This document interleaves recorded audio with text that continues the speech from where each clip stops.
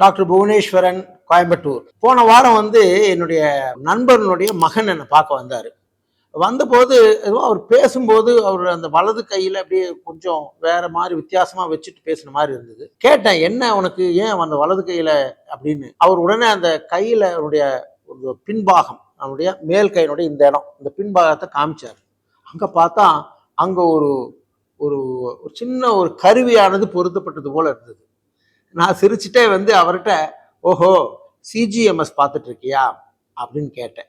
அது என்ன சிஜிஎம்எஸ் அப்படின்னா, கண்டினியூஸ் குளுக்கோஸ் மானிட்டரிங் அப்படிங்கிறது தான் அந்த சிஜிஎம்எஸ்னு. இது வந்து ஒரு மிக மிக ஒரு வித்தியாசமான ஒரு புதுமையான ஒரு கண்டுபிடிப்பு.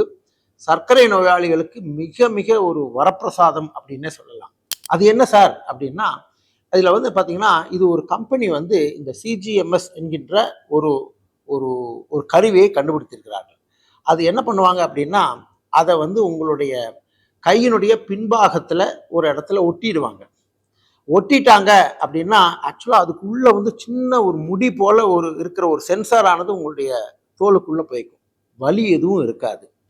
அதனுடைய உங்களுடைய கைபேசி மொபைல் ஃபோனோட அதை ஒரு ஆப்போட அவங்க ப்ளூடூத்தில் கனெக்ட் பண்ணி விட்டுருவாங்க. விஷயம் இவ்வளோதான் சார்.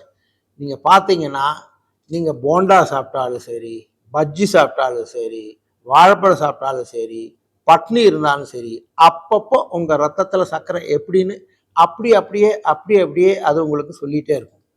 இது என்ன சார் எப்படின்னா, இதுதான். இது வந்து என்னென்னா, நான் சொல்லுவேன், ஒரு கணவன் சரியாக சாப்பிட்றானா அப்படிங்கிறத வந்து பொதுவாக அவனுடைய மனைவி அல்லது மகள் தான் கண்காணிப்பாங்க.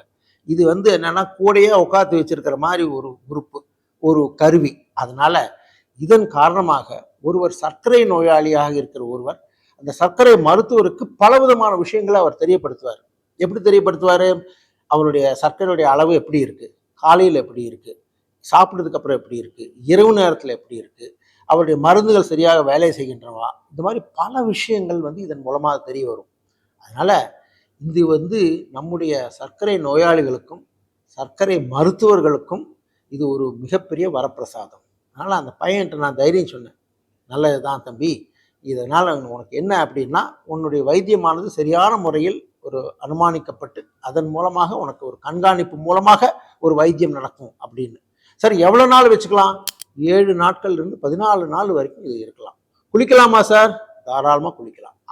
அது இடத்துல சொரிஞ்சு அதை எடுக்காத வரைக்கும் அதை விட்டு நகராது. உங்களுடைய நார்மலான வேலைகள் எல்லாம் செய்யலாம்.